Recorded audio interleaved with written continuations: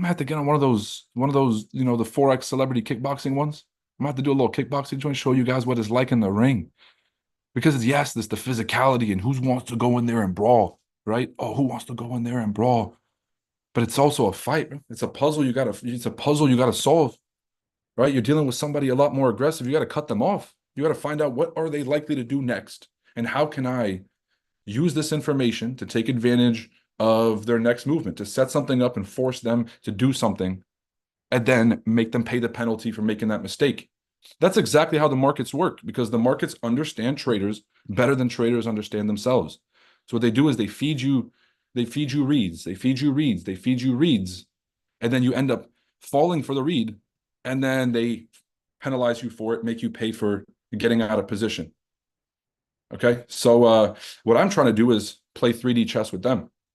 So it's like, okay, missed the trade today. Fine. Where's the market likely to go next? Let's catch them there. So you can only play this game if you've developed the competence, so you know what you're looking for, and then the discipline to have patience. The reason I said competence first is because it's a lot easier to wait when you know what you're waiting for, right? It's a lot easier for me to wait for price to get to the zone or for price to retrace because I know it's only going to do one of those. If I didn't know what the hell was going on, I don't know if it's going to get there. What if it doesn't? Now I should probably find another trade because just in case, right? That's why competence is so important in this game. It eliminates 99% of psychological problems in trading. Okay. Welcome back, everybody. If you're watching this on YouTube, great to have you guys with us this morning for another Market Open stream hosted by Chart Addicts. I'm your host, Roy Dunya, the greatest host in live stream finance on YouTube. Anywhere, you're welcome.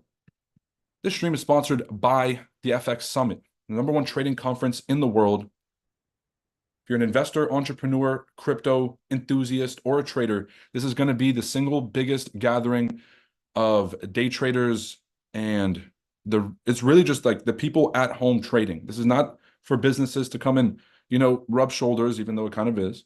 It's not for institutions to come and talk down to people, even though they're coming, but it's mostly for the day traders at home to get access to the best knowledge in the world from the institutions, the technology startups that are building the prop firms that we all use and the brokers that we use, to hear it from TradingView, who's at the top of the stack, and to get a full view of where the world is going, the world of finance and money is going, so that you can be ahead, you can take advantage. And then when 2-3 years from now, everyone's posting their success, you were either taking advantage of this time where things were changing and you learned what happened, or you were asleep at the wheel and you're going to have to watch everybody else have fun.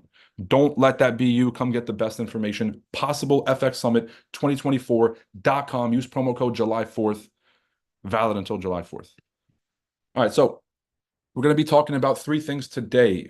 Jerome Powell is currently speaking live, so I'm going to let him get back to it. They're speaking at the European Central Bank Policy, and not the Institute, but it's a forum that they created. So he's mostly been talking about risks geopolitically and globally. Like, what are the consequences of central bank policy all around the world? We know that if interest rates go up, the American economy slows down. But how are we affecting the rest of the world by forcing them to follow our monetary policy? And what are the implications? Because it's way worse. So that conversation is very interesting. We'll get back to that in a second. Also, Roaring Kitty, the influencer behind the Wall Street Bets hype to follow GameStop and to put, really, he was the reason behind the GameStop phenomenon. Came back on the scene and showed that he had over $180 million or something of GameStop shares, but now he's being sued in a civil lawsuit for violating Section 10B of the Security Exchange Act, meaning that he was market manipulating by promoting the stock. After owning a whole lot of it, the price would pump and then he would sell off. I'll talk to you guys about how that entire civil lawsuit is bullshit, and there's a reason it's not criminal and it's a civil suit. Okay, but I'll also talk to you guys about the dangers of a civil lawsuit where they're going to have to go through a discovery period. A lot of information is going to come out, personal text messages, emails, all the rest, and it's going to make people not want to do this again, where a Roaring Kitty can go from zero to hundreds of millions and create that story for people. It's the government trying to stop people from making money all over again. Okay. But again, this is not the government. This is a civil lawsuit from some money hungry some money-hungry, greedy bastard somewhere who talked with a couple lawyers and said, can we try to put together a case about this? And they're forcing it. They're trying to make it work. And the third thing we're going to talk about is the fact that I'm waiting for a pullback to this level right here, 19,760, and then we're going to be buying it up. Or the market may push to this level first and come down. And then the least likely, but also it's just a straight breakthrough and then retest of that zone. So it's only ever going to touch one of these two levels, and that's the only levels I'm going to use to trade. Roy, how'd you find those levels? Take the masterclass, link in the description below. You're welcome. Okay. Dealing with a different economy. So we're going to get back to this, to Jerome Powell live, and then we'll talk about the Roaring Kitty thing at the end and the implications. I'll be watching the market the whole time. If you have any questions about a specific trade, I'll just flip over to it. Make sure to put it in the chats. I'll only answer questions from the VIP members. All right. There we go. So the R-star story for emerging market countries is a little bit different. So for example, if you look at, you had a table of countries. Oh, and drop a like real quick if you guys are watching this on YouTube so that the algorithm can pump it out to people. We've been, the algorithm just hasn't been letting people know that we're streaming. So if you guys could do that, that'd be a great help. It takes 2 seconds and just gets the show rolling. All right. Latin America, you would find that at least the models internally used by their own central banks, in some cases you had R-star going higher, like Brazil from 3 to 4.5, but in some cases you actually had R-star going lower. So the question is, what is the short-term view and what is the long-term view, as Chairman Jay described? And I think for us, it's more like trying to understand what is the structural reason for the neutral rate in Brazil to be so high, 4.5% real time is really high. And I think a lot of it has a lot of structural elements from the past, but it has intensified during the pandemic. And you could go and talk about the amount of subsidized credit. You can talk about the trajectory of the debt. So this is actually a really important topic, just to kind of translate this to English, is a lot of countries, the neutral rate is what is the Fed's interest rate. And what the target is, like we're trying to keep the Fed's neutral rate around 2%, or we're trying to do this. Whatever target they set is arbitrary. It means like it's not based on anything. The 2% inflation target, by the way, is the same thing.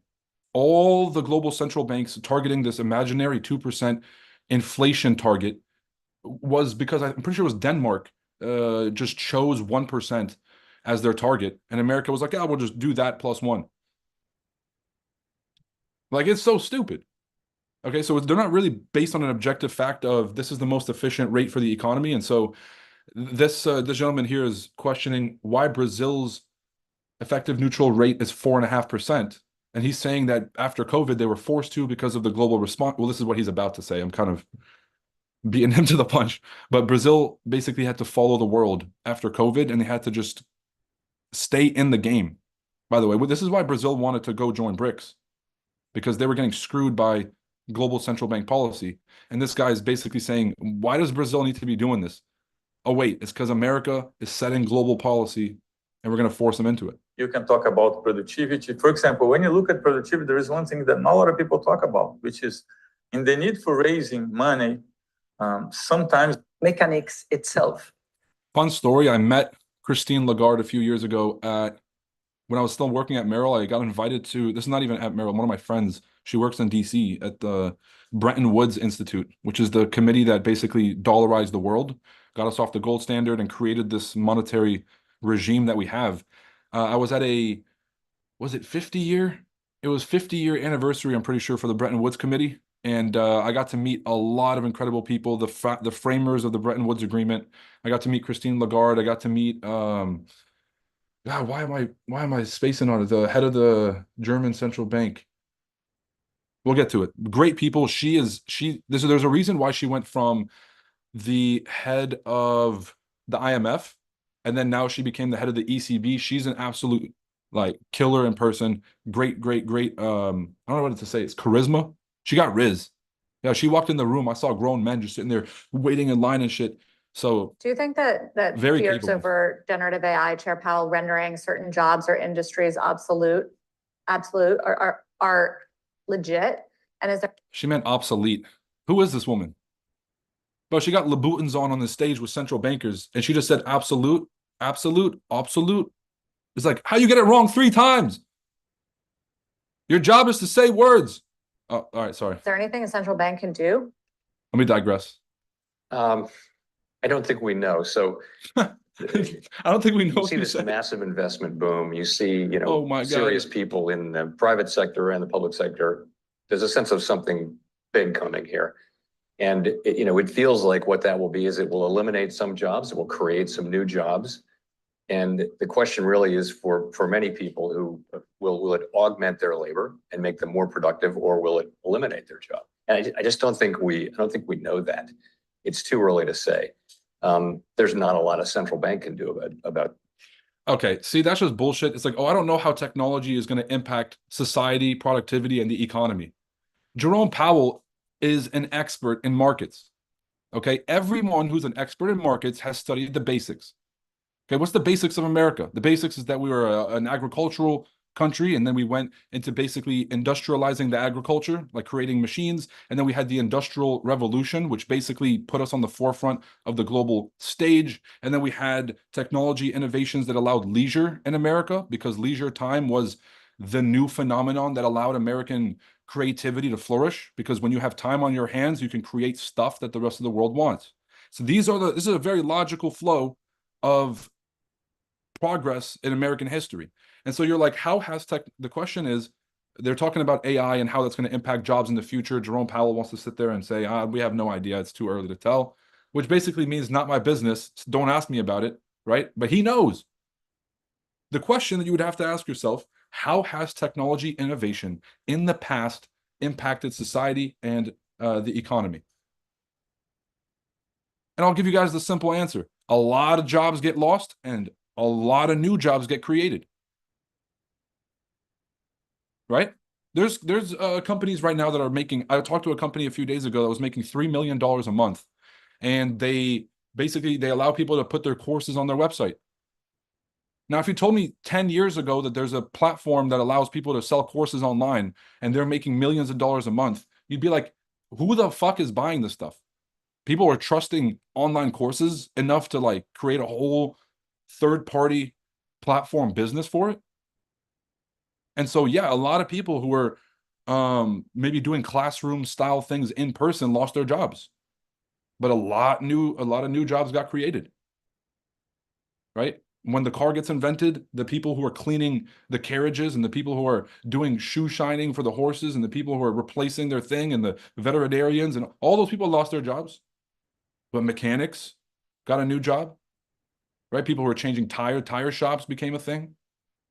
People with windshield wipers, for fuck's sake. Like, do you guys understand where this is going? So yeah, a lot of people will lose their job in AI, and a lot of new jobs will get created. And that's why it's important to be competent in these things, because when the world evolves around you, you're either keeping up with it just enough to like, be able to excel and make and adapt, or you have your head in the sand and you get caught off guard.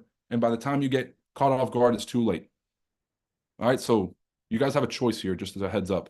And this will create one of the largest economic booms in the world and will take the American economy to an exponentially larger scale, because AI is not a 10x. It's not like a 10% growth in productivity.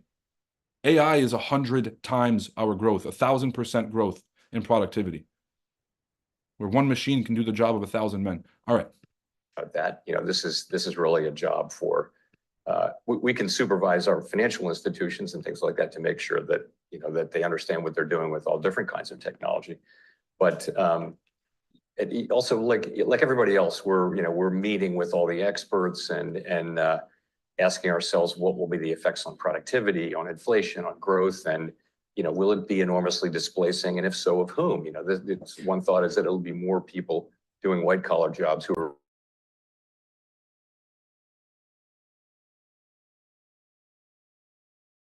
AI. We're very carefully looking at that.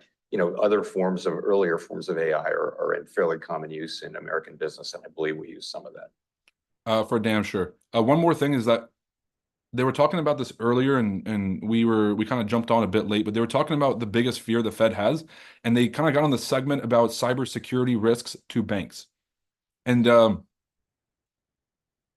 I don't know, man. I know enough about the government. I know enough about banks, and I know enough about bureaucratic institutions to know that they do not have the best security. They don't have the best technology, and they're all archaic.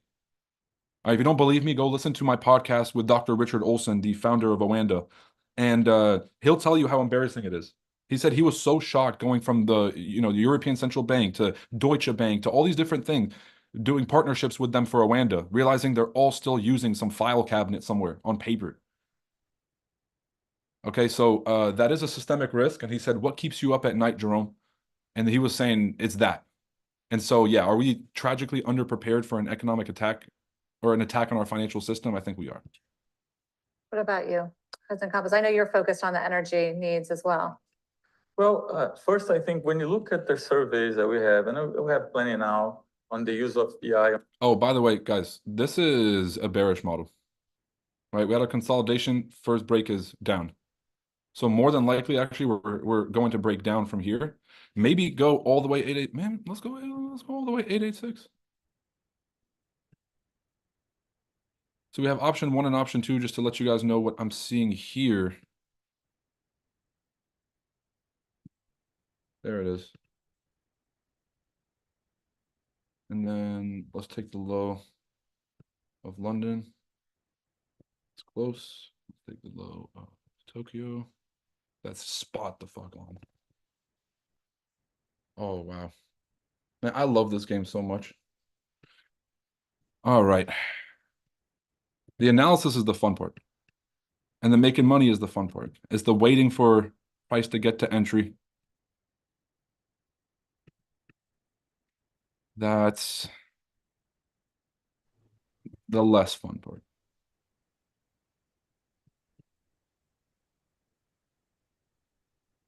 All right, so option 1, option 2.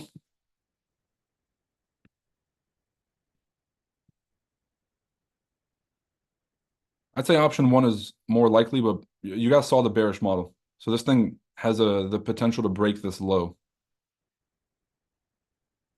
So it's either going to go down first and then up, or up first and then come back to these zones. All the zones are marked off, not going to change. So match those up. On companies. What you have in terms of empirical evidence up to date is that the companies that use AI to enhance existing labor have had better results than. Yeah, Mike, do you guys remember how who was it? Gary Gensler's account for the SEC and the SEC account got hacked the day of the Bitcoin ETF release, hacked, quote unquote.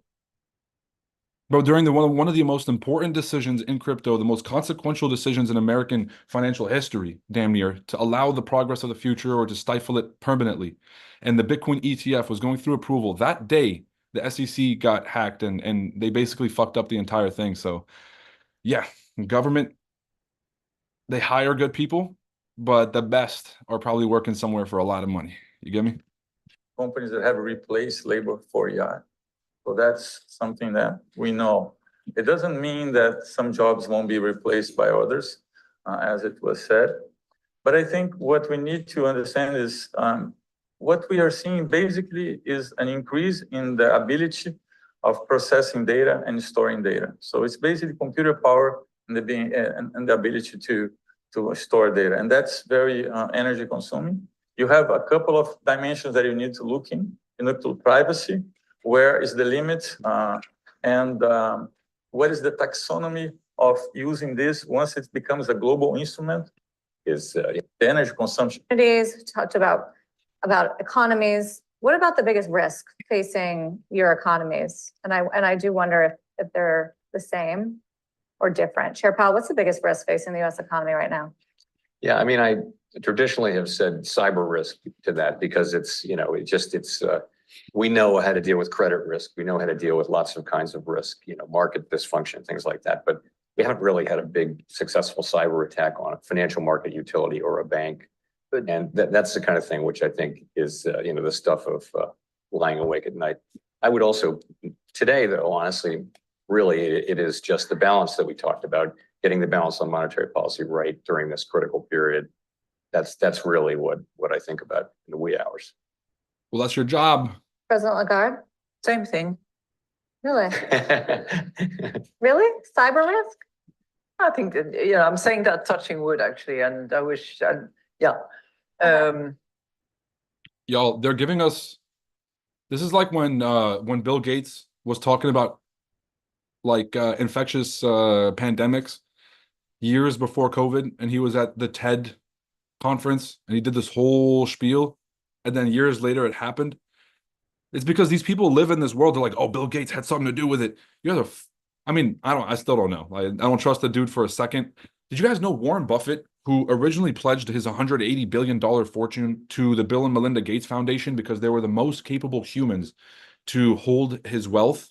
And that was his, like, he was standing on that his whole life. Warren Buffett said, Bill Gates, the most capable human that I trust to give my money to. He recently took them out of his will completely. No, zero money will go to the Bill and Melinda Gates Foundation.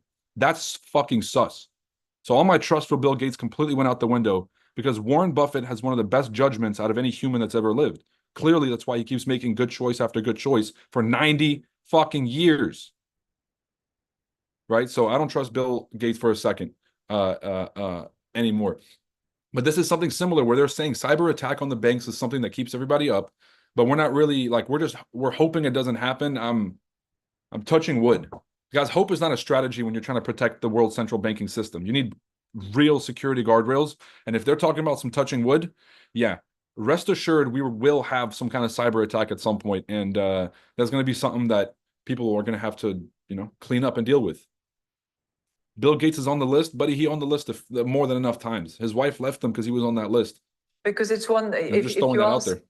If you ask the financial sector, if you ask banks with which we interact a lot, sometimes much to their chagrin, but eventually to their satisfaction in the long run, I'm sure, because we supervise them carefully.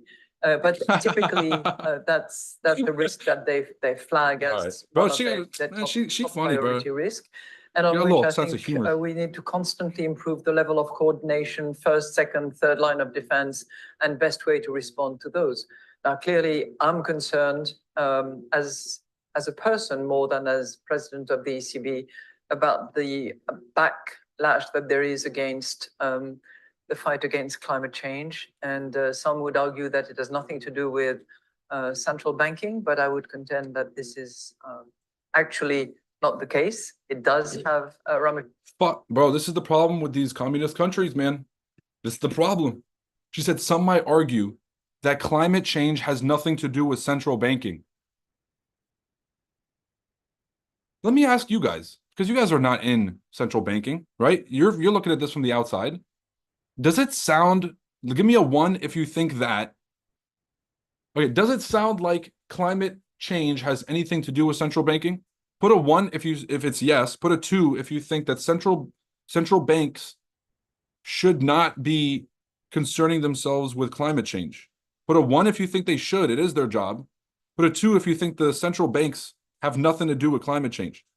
But that's scientists, that's the government, that's independent, organizations that deal with, like the EPA in America, the Environmental Protection Agencies. You have the global scientific communities and global consensus, whatever the hell is going on. You have scientific journals. You have the research labs at MIT and the NIH and some of the most studied institutes in the world.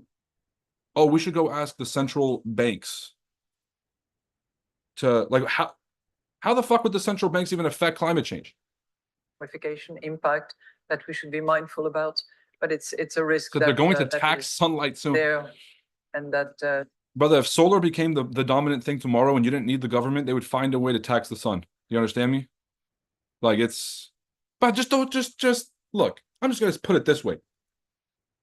America was founded off a revolution because they wanted us to pay 2% tax, right, on a breakfast beverage, which is tea. 2% tax. We started a whole war. I'll die for this shit, right? George Washington crossing the Delaware. You're in ice cold water because it's a 2% tax. Motherfuckers are taxing oxygen today. I walked outside earlier just to go check my mail. I think I got taxed. I think I had to pay a tax on the way out. You understand? So just gonna let that one sink in. The central banks have no business dealing with climate policy. What's my final take on this? It will come to haunt us if we don't do much about it. I thought you were going to say geopolitical risk. Yes, that would have been smart. That's there too, right? Facing Europe? Geopolitical risks as Christine Lagarde is more concerned about climate change than she is about Putin basically doing his thing. So that either means that she's completely deluded, right? Or they just don't see Putin as big of a threat as we're being sold that he is. This whole expansionary narrative about he's going to keep taking over Europe and all this bullshit. She was like, yeah, geopolitical risk is not what I'm worried about. And they are on the border. Defined by Maurizio earlier on. No, who is it? Yeah, Moritz. We heard a lot about geopolitical risk. It's there, and it's just on the doorstep of Europe. When you look at this horrible war against Ukraine, it's a major risk which is out there and which is hurting those on the ground and the neighboring countries in particular. What's your biggest risk? If you look at what markets price today, they will probably, at least for part of Yemen, especially for Brazil, the conclusion would clearly be that the main risk is fiscal. But I think that comes and goes, and it has to do with growth and productivity and a lot of the things. But I think there is one other risk that I see, and it's not very tangible, which is the polarization that we live today. If we think about the amount of time that we spend on some social issues that are connected to polarization and that are not that meaningful to produce well-being of the society, I worry a lot about that. Yeah. He said, we talking about all the wrong shit. We talking about some dumb shit like climate change, which are polarizing issues. Because if there was a consensus, then there would be a consensus. Okay, we'll talk about gender. We'll talk about the climate. Not that these things aren't important. People, I'm not saying let's fuck this planet up. All right? But let me tell you guys one very important thing. This planet will kick us off before we fuck this planet up. You understand me? All right? It will get too hot. It'll get too unlivable. It'll get whatever. And this planet will kick us off well before we have a chance to fuck it up. Now, when it comes to gender and all these other things, these are very important topics, but they should not be discussed by corporations. Corporations should be doing what's in the best interest of their shareholders and their stakeholders and the customers they serve. The CEOs of those companies should be trying to maximize profits, and that's it. Central bankers should be stabilizing the economy and creating sound monetary policy, and that's it. Bureaucrats are supposed to be doing the will of the people. Politicians are supposed to be doing the will of the people who elected them and making sure that their societies are making progress by having a more fulfilled, less, what is it called? Less suffering, more human flourishing, and then to improve conditions so that the future looks better than today and to do the will of the people. That's their job. Their job is not to incorporate themselves in every social debate and to try to create a framework because we have not made any progress and we're all stuck in place because the government's trying to do society's job. So if we're sitting here on stage in 1 year from now, which we hopefully are, the inflation rate in the US will be, mid to low twos. that's kind of, we're mid twos now. Yeah. Well, we have 1 month at 2.6. And, we had a brief visit to the low twos at the end of, I mean, sustainably, durably underlying inflation between 2 and 2.5 is what I would say. That would be a great outcome. Headline PCE. Yeah. President Lagarde, 1 year from now? 1 year from now, I would say low twos. We are 2.5 latest reading, and as I said, bumpy on the way ahead, but yeah, low twos. You've been closer to 4%, President Campos, right, lately. So where do you think you are in a year from now? Well, I won't be in the central bank for now. We established that, yeah. But do you see the smile on their faces when they talk about leaving? God, I can't imagine how stressful this job is, but everybody is ready to leave. Jerome Powell's praying in the next 4 or 5 months Trump gets elected so he can retire. He's got that retirement glow. He's got that I'm almost out and my legacy is intact and everything is intact. And everyone's so worried about Biden being senile that they don't even care about how the economy's doing. And he's about to get out with the Jerome Powell soft landing. His legacy is all intact. That is, he deserves it. He deserves a graceful exit. You understand? I think that the work that's being done is very technical. I'm confident that we will continue to be that way. And I think when you look at expected inflation today, I think it has a disconnect with the current inflation. It has a disconnect with the fundamentals that we have in Brazil. So I'm confident that the future inflation will be lower than the expected inflation. In other words, I think what the market's pricing today is not in sync with the reality. What about the unemployment rate? We're going to go full dot plot here. Yeah. You know, I'd be happy if it were just right where it is now. That would be a good outcome. Plus or minus a couple of tenths would be good. Is that likely? Yeah, I think it's reasonable. It's going to rise. It's moved up. Super secret magnet indicator can't beat it, can't fight it, can only find it on one stream in the world at Chart Addicts. Go ahead and hit like and subscribe. You're welcome. Welcome to the greatest finance channel available on YouTube. Look at that rejection at 105.67. Maybe it's a coincidence. Guys, maybe it's a coincidence to reject again. Maybe it's just all a coincidence, right? The rejections at all the levels, how it respects it, like a fucking, like the soldier that, or like the Marine that stands outside of Air Force One or whoever, the Air Force pilots, right? Where they're just saluting whenever the president walks out. See, it's respecting the zone like that. You understand? Like a fucking like a long lost relative coming to visit your house. I'm talking about respecting the zone like you're meeting your girlfriend's dad. You understand? I'm talking about respecting the zone like getting up on the metro for the old lady to sit. But maybe it's just a coincidence, right? Maybe it's all just a coincidence, right? Because markets all run on coincidences. That's how it goes. Bitcoin having a little bit of problems with that 60,000 region, probably because there's a lot of institutional buying pressure at that zone, right? I'd be buying at 60,000 if I was an institution, but I'm still banking on this 50K and then potentially 40K retest before the end of that cycle. No one laughed about I hit 5 back-to-back respect jokes and not one LOL in the chat, not one laughing emoji. Not even a fucking giggle, not a he, nothing.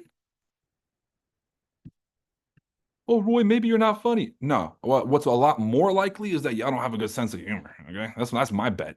All right, that's where I'm going with this. Maybe if financing those environmental groups is the issue, that's the government's job.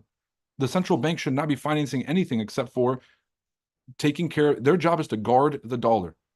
Right, you guys know that? You guys ever watch those fucking the Marvel things with what's his name, Thor, the guy that stands at the door and he's got the sword and he guards everything that comes in and out. Okay, his job is not somebody's wife is getting banged inside of Asgard. He's got to go defend some shit. Like that is not his job. His job is to stand at that fucking door and to do nothing else but to guard that door. That's the central bank's job. Protect the money. And they have not done that. The monetary system is completely bastardized and has now gotten to the point where it's unsustainable. And so they're not doing their job right. And they want to go talk about all these other issues that have nothing to do with them. You guys understand the issue? It's like if they were doing their job correctly and the monetary system was stable, then yes, maybe we have all the luxury to go deal with all this other bullshit. They're not even doing their main job right. What the fuck you trying to do the EPA's job now? What the fuck? So that's my take. And like I'm saying, it's not that those issues are not important. They are important, but they need to be addressed at the right places. From 3.4, we touched 3.4, so we're up to 4, but 4 is still a very low level. You know, it's been a long time since, the last time we were at 4 or below for this long is, you know, I was a teenager, a long time ago. Also, unemployment rate in Europe, it's been, what, healthy, 6.5%? Historical low, yeah. And I hope it stays there a year from now. What's the unemployment rate in Brazil? Well, it's close to 7% now, which is very low. And when you look at our history, I think probably will go up a little bit, but not too much. But I think what we need to look at is the participation rate. So we just published a study that shows that the transfer programs have an impact in the participation rate. Our participation rate was down and then it's recovering a little bit at the margin. And I think it would be very important to understand what is the dynamics of the participation rate going further. And finally, Chair Powell, were you a two-cut dot or a one-cut dot for 2024? No comment.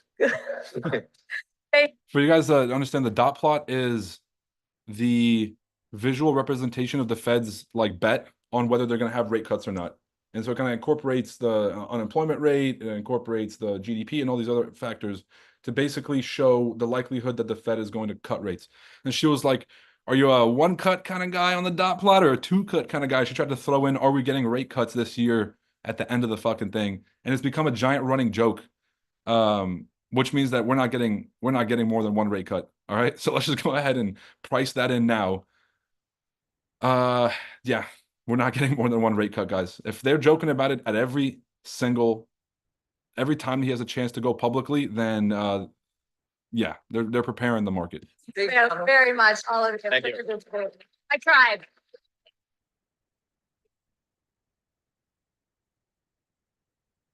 Awesome stuff. And they also mentioned something very important, which is just kind of a side note about economics. It's you can look at headline numbers like employment, for example, but until you go through the data and kind of figure out where are these open jobs, are they seasonal, why are people not working? Is it because they're able and willing, or is it because they're, there's some sort of health factor, or maybe they're injured from work, or they're just incapable of working?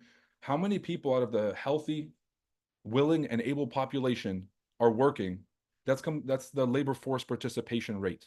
And that's what the Brazilian central banker was referring to, which is, yes, we can talk about a 7% unemployment number in Brazil, which is not good. But you have to look at the labor force participation. How many of the people that actually can work and are able to work are participating versus, like, yeah, you have 3% unemployment, but like you have too much slack in the economy. You're not at full productivity. There's a lot of people that could be working that are not in those numbers for other factors, like not eligible, whatever. So anyways, labor force participation, pretty big deal. Brazil is obviously going through a lot of trouble, and it's surprising. You guys remember this whole thing about BRICS? Is Brazil, Russia, India, China, and South Africa, I believe. So this was a coalition of countries that were trying to de-dollarize and get off of the global dollar standard. And that's because they're all dealing with the effects of having to follow the United States in their banking policy. So if we raise rates, they got to raise rates. Otherwise, their country gets screwed. That's the problem we're dealing with, is that Jerome Powell has been trying to play this dance. They could have beat inflation before, but they don't want to ruin the world. And so I think this is a very historic time for us, guys. They're doing it as best they can. It's a fucked up game. Like, the more I learn about it, the more I realize how stupid it is. And the more I realize that the only reason we're here is because they built this flawed system. And then we're so deep in the game that they just don't want to turn around. They will get too uncomfortable, and they'll get too much pain to change the way this system works. But yeah, this monetary system is fucking stupid. And we've learned that because when you compare it to other monetary systems, you'd be like, what other choice do we have? Fiat currencies have existed since God knows when, since the BC times.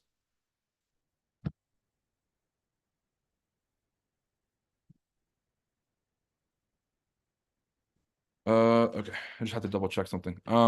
So we did have the most interesting last 10 years for economics and finance, where we saw these small experiments, these crypto communities, try thousands of different iterations of how to do monetary policy, how to do a voting-based system, and how to do a more egalitarian sort of like voting mechanism where it's more democratic, and how to have systems that are just more math-based and just logic-based so that you can't fuck with the money. And they all had flaws, but we allowed them to play in the sandbox, and I think the government did this strategically to study. I don't think they learned enough. Or maybe what they learned shocked them, is that Bitcoin is the greatest monetary system that's ever been created, at least in terms of storing wealth. Not in terms of spending the money, because Bitcoin is not good for that. Bitcoin is not good for transactions. Bitcoin is good for keeping the money somewhere and then making sure that money does not lose value, and if anything, gains value. And there's no better asset than that ever. And so The fiat currency system is the exact opposite. It's gonna go right into the wall. I bet on the Japanese yen going first, maybe the euro going next, and then the dollar is the last one to go. That's why I'm betting on the dollar. They should stream every government official like they Twitch streamers. I mean, bro, to be honest, I'd feel a lot better than that because I don't really give a fuck what some 20-year-old kid is doing somewhere making too much money in his bedroom yelling. But I do give a fuck about trillions of dollars getting pumped, and I'm going to have to pay 60% marginal tax rates in the future because I'm going to be rich as fuck. And they're going to want to take all my money because of all these mistakes we're making, and we're going to have to service that debt later. And unless you guys think that the economy is going to grow 1,000x, right? And I'm optimistic. I think hopefully we get there. The only way to service this debt in the future is for our generations, those of you guys listening to this, who will be around in 10, 15, 20, 25 years. They're going to gut Social Security. That's gone.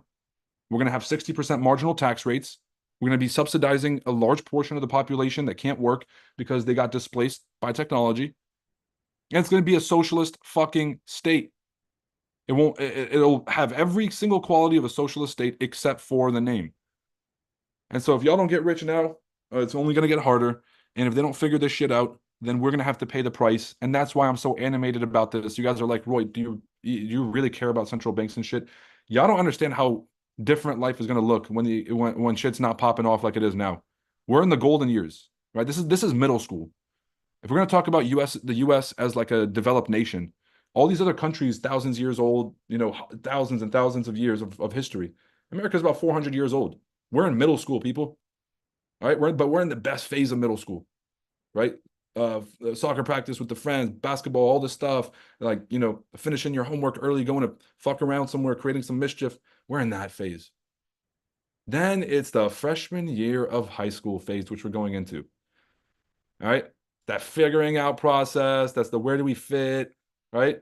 We got the ball. Everybody knows who we are. We're the shit, but we got to survive long enough to make it through. Okay, so we got to stop fucking printing money at uncontrollable levels. This Bidenomics policy of introducing trillions of dollars when the inflation had already reared its head out. Like we were at 9% inflation rate or 5.5%, and they were still printing money. We had gotten well past COVID. Everything was doing great, but they kept the economy shut down, and they still printed tons of money into the system. So you ruined all the small businesses, made all the big businesses who could afford to stay open mega rich, billions of dollars to everybody, ruined the chances of small businesses to recover, printed trillions of dollars when we had 6% inflation already. That's Bidenomics. That's why this shit is so fucked. We could have stopped printing money back in 2020, early 2021. They just kept going. There's a theory called the Great Reset. Of course. Speak how there's going to be a blackout and the financial system will get a reset in the process. That's too obvious, Mike. This is what you don't realize, fam, is like they can't do this shit. They can't rob you in broad daylight. These are the guys that will take $1 from you at every paycheck and you won't notice, and it's a death by 1,000 cuts. Because if you encroach too quickly, you wake up the beast. Okay, the populace runs the world. People run the world. There's hundreds of millions of Americans. It's not the 300 people in Congress or the one central banker or the 5 people in a committee or the 8 presidents of the central banks. So the whole game runs on delusion. Delude the people into creating the reality that you want them to see. And as long as that is going on, then they won't see the truth and sort of demand something better. And whenever the matrix starts to crack and people start to see the truth of how this game works, then it just creates some division that stupid people love. Gender, race, any stupid shit. Hey, remember 400 years ago, that thing? Oh, run it. Get them to beef with each other so that you don't have to they don't get to see the truth. That's how the game works, brother. And so they're not going to do it quick. It's like China can't attack the US.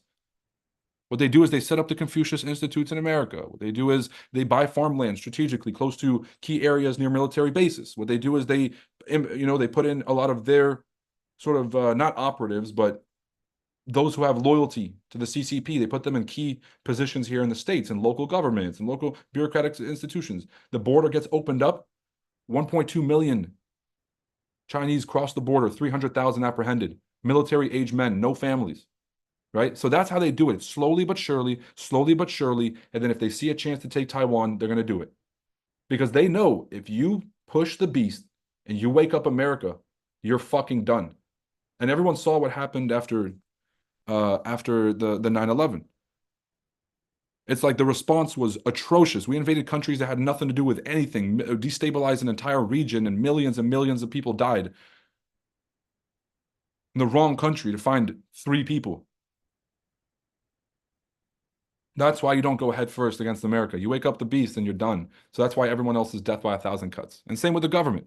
They'll encroach 1%, 1%, 1% until it's 60% tax rates. That's how we got here. It says infiltrating from within. Yeah, you're never gonna beat America head on. All right, like we were a colonized, or we were a colony country that went against one of the largest military and military competitors in the world with England, and we won. Right, and you look at every single conflict, we survived a civil war. It's like you're not going to beat America from the outside. The only way that you can beat America is from the inside. That's why all the division that has been spewing over the last 4 or 5 years, it's so obvious. And even obviously there are real issues that need to be addressed. But if you don't understand that every movement has been getting hijacked to be pumped to the absolute extreme to create that division, then you're going to constantly be emotionally drawn to every horrible thing that is now somehow your problem today. Your only fucking problem is that your family doesn't have the life they want. That's the only fucking problem you got today. The only problem you got today is that you can't take a vacation with your family. That's the only problem you got. Yeah, I don't know how we got on that topic, but this is just interesting stuff. What do I think about the DXY? I think super secret magnet indicator can't beat it, can't fight it. Maybe it's a coincidence. Maybe it's just respecting the zone, like the woman you just fell in love with. Who knows? Maybe you're respecting the zone, like opening the door right before she gets in the car. That's how it's respecting the zone. But maybe it's a coincidence. My campaign stands on live streaming. I don't understand. Atlanta Premier Catering says, finding the girlfriend. Can I collab with you on these live calls? I feel like I'd add massive value. Well, Radimus, you could add massive value in the chats, but you're trying to gatekeep your info because you feel like you want to get on this stream to do it. How you guys come work with us is you show initiative, you show leadership, and you don't ask. The people in the group chats at Chart Addicts and the VIP folks that are showing leadership, answering great questions, interacting without anyone asking them, we have an eye on every single name. And we're looking for the opportunity to bring them on board, because if we don't have to ask you to do it and you're showing that initiative, clearly like this is something that either you want to do or is natural for you, or you care enough about your own progress and the progress of others to chip in. So you got something to add, man, add it. If it's interesting enough, maybe you find your way on the live streams. So quick reminder before we hop off, because it's a very slow day. We ain't getting this retracement until the second half. Make sure to grab your tickets while the July 4th discount is on, people. Okay, the tickets are already discounted because of the half off before July 4th, and there's a July 4th discount code for the summit.